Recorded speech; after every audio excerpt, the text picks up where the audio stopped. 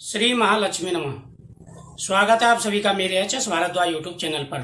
मैं हरिओम शर्मा आज आपको धन त्रयोदशी से संबंधित जानकारी दूंगा। धन त्रयोदशी पर कौन सी ऐसी चीजें घर में रखनी चाहिए जिनका विशेष महत्व माना गया है। अगर आप ये चीजें घर में रखते हैं तो आपके घर में 7 पीढ़ी तक भी कभी भी धन की कमी नहीं रहेगी। धन के साथ साथ संतान, सुख और अनेक प्रकार के ऐसे दोष हैं जो घर में उत्पन्न होते हैं, जिनकी वजह से कई प्रकार की परेशानियां आ जाती हैं। अक्सर हमारी जिंदगी में कभी कभी ऐसे मोड़ आ जाते हैं, कई ऐसे दोष होते हैं घरों में या हमारे ऊपर, जिनकी वजह से अनेक प्रकार की परेशानियों का हमें सामना करना पड़ता है। घर के अंदर अशांति का माहौल हो जाता है, छोटी छोटी बातों पर लड़ाई झगड़े हो जाते हैं। इंसान अच्छी खासी मेहनत करता है लेकिन उसे धन की प्राप्ति नहीं हो पाती, वही कर्ज चढ़ता चला जाता है। इंसान जितना कर्ज चुकाता है उससे ज्यादा कर्ज उस पर बढ़ जाता है। पैसा आता है लेकिन किसी बीमारी में या किसी भी चक्कर में पानी की तरह चला जाता है। कई ऐसे दोष होते हैं जिनकी वजह से इंसान चक्रव्यूह में फंस जाता है, मुसीबत के चक्रव्यूह में फंस जाता है। अगर कुछ चीजें आप घर में रखते हैं तो आपको अवश्य ही लाभ मिलेगा। आ रही सारी विघ्न बाधाएं दूर हो जाएंगी। कई बार घर के दोषों के कारण, कई बार हमारे कुंडली के दोषों के कारण, कई बार हमारे किए गए कर्मों के दोषों के कारण इंसान को विभिन्न प्रकार की परेशानियों का सामना करना पड़ता है। इसलिए भगवान श्री कृष्ण कहते हैं कि इंसान को कर्म करते रहना चाहिए। कर्म और धर्म दोनों ही बातों पर ध्यान रखना चाहिए। अपनी गृहस्थी को भी पालें, साथ ही ऐसे उपाय भी साथ में करते रहें जिससे गृहस्थ जीवन में कभी भी किसी प्रकार की परेशानी ना आए। इन बातों का विशेष रूप से आपको ध्यान रखना चाहिए। आज मैं आपको 5 ऐसी चीजें बता रहा हूं, अगर आप ये घर में रखते हैं तो आपको अवश्य ही लाभ मिलेगा। वह आपकी प्रत्येक प्रकार की परेशानियां, कठिनाइयां, मुसीबतें सब दूर होंगी। आपको धन प्राप्ति होगी, संतान की प्राप्ति होगी, उसके साथ साथ घर में सुख शांति भी रहेगी। बहुत ही अच्छा महत्व है इनका।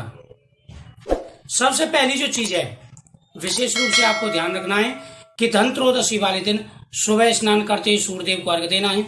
उसके बाद में आपको एक मूर्ति ले आए माता लक्ष्मी और गणेश जी की, साथ में एक तस्वीर लेकर के आए जिसमें धनवंतरी भगवान भी हो, कुबेर जी हो और गणेश लक्ष्मी जी भी हो। ये फोटो भी ला करके रख लें। अब आपको सबसे पहले दूध से स्नान कराना है, उसके बाद में शुद्ध जल से स्नान कराएं।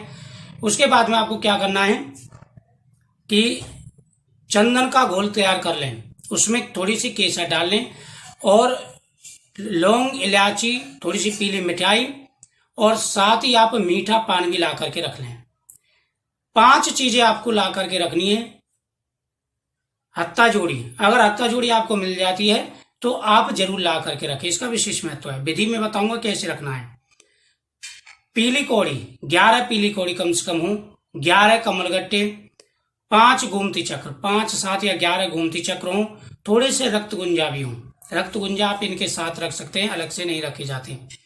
साथ ही एकाक्षी नारियल, ये सामान आप लेकर के रख लें। और साथ ही आपको लेना है यंत्र, संपूर्ण वास्तु दोष निवारण यंत्र, संपूर्ण कष्ट निवारण यंत्र।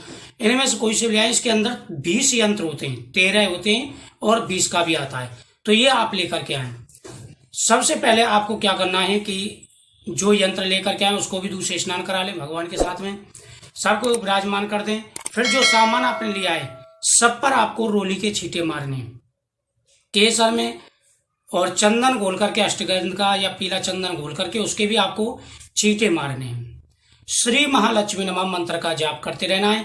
सबसे पहले आप भगवान गणेश जी को नमस्कार करेंगे, श्री गणेशाय नमः या एक दंताय वक्रतुंडाधीमहि तन्नो दन्ति प्रचोदयात्, इस मंत्र का जाप करेंगे। और उसके बाद में श्री महालक्ष्मी नमः मंत्र का जाप करेंगे। श्री कुबेराय नमः, श्री धन्वंतरे नमः, ओम धन्वंतरे नमः। ऐसे आप मंत्रों का, उनके बीज मंत्रों, नाम मंत्रों का जो उच्चारण करेंगे। उसके बाद में आप सभी सामान पर रोली के टी और हल्दी के वो चींटी मारेंगे, टीका लगाएंगे, और वहीं पर आपको दीपक जला देना है। एक चौमुखी दीपक या एक मुखी दीपक आपको जला देना है। उसके बाद में आपको एक माला जाप करना है। एक माला, 2 माला, 5 माला, जितनी भी बस की है, आप श्री महालक्ष्मी नमः मंत्र का जाप करें। ओम गंगणपति नमः मंत्र का पहले जाप करना, उसके बाद श्री महालक्ष्मी नमः मंत्र का जाप करना है। महालक्ष्मी च विद्महे विष्णुपत्नी च धीमहि तन्नो लक्ष्मी प्रचोदयात्। श्री शुक्ले महाशुक्ले कमलदल निवासे श्री महालक्ष्मी नमो नमः, इस मंत्र का भी आप जाप कर सकते हैं। बहुत ही अच्छा शुभ योग है, और आप यह सामान घर में रखेंगे तो विशेष लाभ मिलेगा।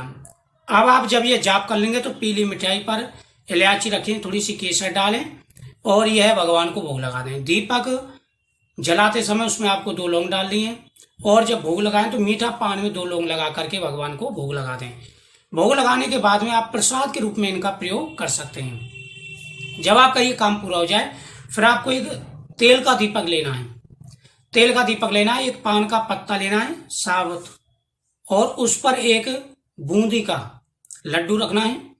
उस पर लड्डू के ऊपर 7 रोली के टीके करने हैं, बिंदी लगानी है, और उसे ले जाकर पीपल वृक्ष के नीचे रखना है, और दीपक जला करके 7 परिक्रमा आपको पीपल वृक्ष की करनी है, अपनी मनोकामना बोल करके, जो भी आपके मन में कामना है।